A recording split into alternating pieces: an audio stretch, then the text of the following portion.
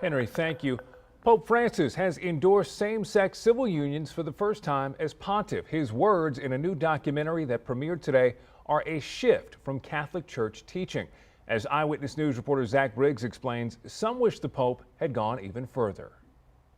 Pride San Antonio's James Poindexter believes Pope Francis's endorsement of legal protections for same-sex couples will open the doors for many in the LGBTQ community.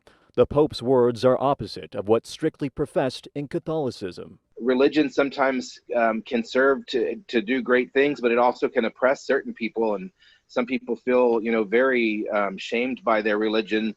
And this is a step in the right direction. Hopefully, other groups of faith will, kind of follow the lead. During an interview in the documentary called Francesco, the Pope endorsed same-sex civil unions, saying homosexual people have the right to be in a family. They are children of God. You can't kick someone out of a family nor make their life miserable for this. As Archbishop of Buenos Aires, Francis opposed same-sex marriage but voiced support for civil union protections for same-sex couples.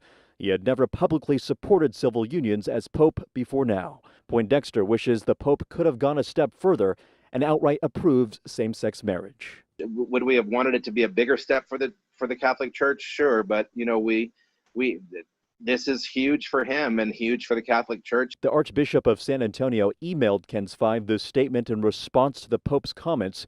In part, it reads, "He is not advocating for same-sex marriage. I am sure in the coming days the Pope will offer clarifying comments and speak more in depth regarding his remarks in the documentary. The Holy Father remains daily in my prayers."